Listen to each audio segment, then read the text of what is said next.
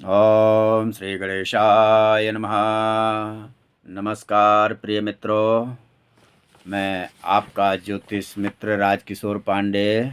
मेरे YouTube channel ज्योतिष सार में आप सबका स्वागत है। आप अपनी जन्म कुंडली का फलादेश चाहते हैं या अपने प्रश्नों के उत्तर चाहते हैं या अपनी समस्या का समाधान चाहते हैं या ग्रह दशा के विषय में जानना चाहते हैं या कुंडली मिलान आदि के विषय में जानना चाहते हैं, शुभ मुहूर्त आदि के विषय में जानना चाहते हैं, तो आप हमारे इस मोबाइल नंबर पर संपर्क कर सकते हैं। साथ ही यज्ञ अनुष्ठान पूजा पाठ आदि के विषय में भी संपर्क कर सकते हैं। मोबाइल नंबर है 8860531974। मोबाइल नंबर डिस्क्रिप्शन बॉक्स पर भी मिल जाएगा आपको मित्रों। आइए मित्रों, आज का विषय होगा राहु देव के ऊपर।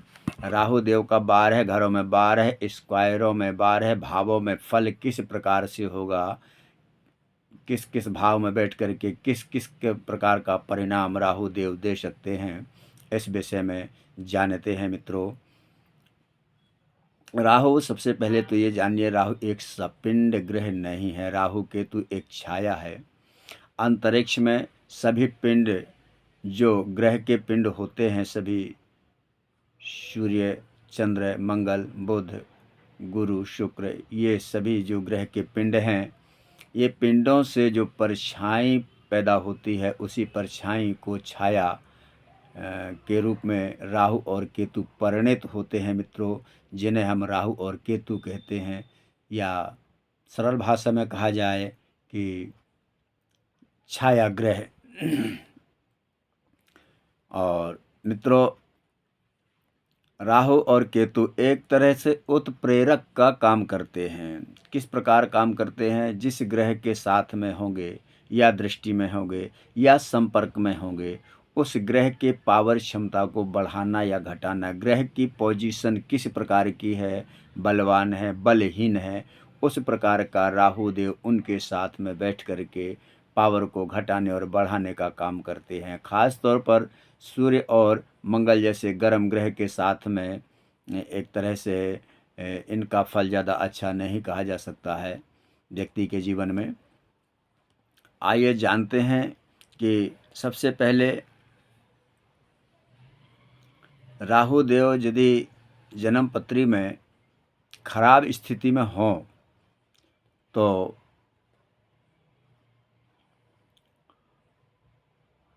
सबसे पहले किस प्रकार के असर व्यक्ति के जीवन में देखने को मिलते हैं।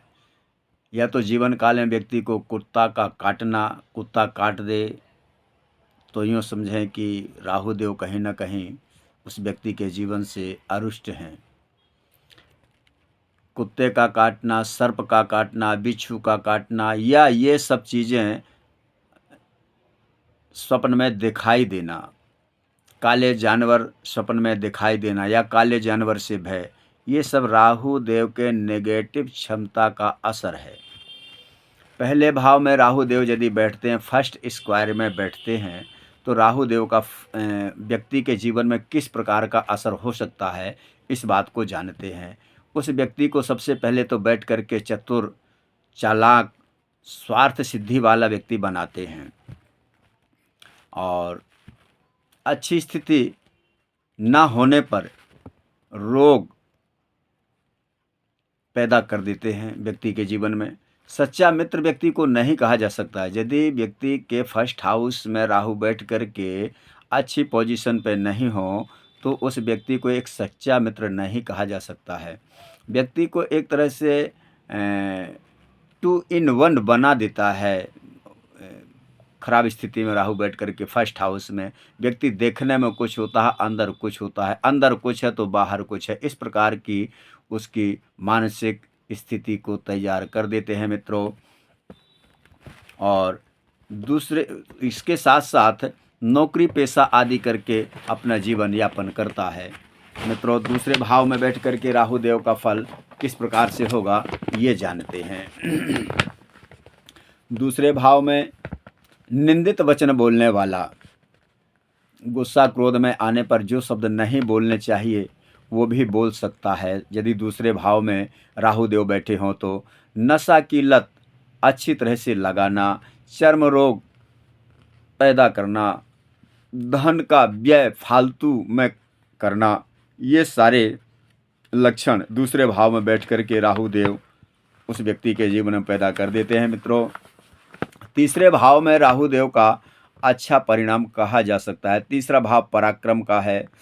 तीसरा भाव में बैठ कर के राहु देव का रिजल्ट बड़ा अच्छा देखने को मिलता है। सबसे पहले तो शत्रु हंता बनाते हैं। व्यक्ति से शत्रु जीत पाना बड़ा कठिन सा हो जाता है। और इसके साथ साथ राहु एक संक्रामक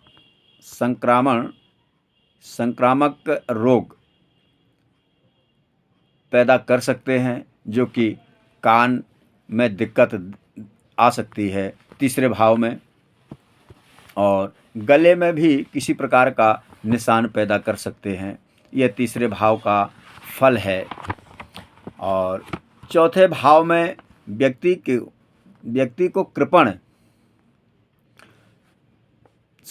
चौथे भाव में व्यक्ति को भ्रमण करने वाला व्यक्ति, यानी खूब चलने फिरने वाला, यात्राओं में रहने वाला व्यक्ति बनाते हैं। परिवार में प्रेम की कमी का अभाव कर देते हैं। परिवार से व्यक्ति को अच्छा प्रेम नहीं मिल पाता है। ये चौथे भाव का राहु देव का फल है। पांचवें भाव में व्यक्ति को अपना लक्ष्य विहीन कर देते हैं। जीवन काल में एक बार ऐसा समय जरूर आता है उस व्यक्ति के जीवन में कि जो अपने लक्ष्य को भूल करके भटक जाता है, जिसको कहा जाए कि अपनी रास्ता को भटक के किसी दूसरे रास्ता पे चल देना। इस प्रकार का कभी एक समय जरूर पैदा कर देते हैं। व्यक्ति के मस्तिष्क में डिसीजन पावर कमज़ोर कर देते हैं। यह पांचवें भाव का फल है मित्रों। और इसी प्रकार साथ ही व्यक्ति यदि सरकारी तबके के किसी व्यक्ति से उलझे तो वह दंड का अधिकारी जरूर बन जाता है। पांचवें भाव का इस प्रकार का फल मिलता है। इसलिए पांचवें भाव में जिस व्यक्ति के राहु बैठे हों उन्हें सरकारी तबके से उलझने की ज़रूरत नहीं है मित्रों। छठवें भाव में राहु का फल बड़ा अच्छा होता है। शत्रु हंता बना देता है। छठवें भाव में जिस व्यक्ति के राहु देव बैठे होते हैं, ऐसे व्यक्ति का शत्रु कुछ बिगाड़ नहीं पाता है। यूँ मानिए कि छठवें भाव का राहु व्यक्ति के जीवन में इस प्रकार का काम करता है जैसे कि कोई आगे खड़ा होकर के रास्ता साफ करते चलता हो और व्यक्ति पीछे चल रहा हो। छठवें भाव में राहु का इस प्रकार का फल बड़ा अच्छा बताया है मित्रों।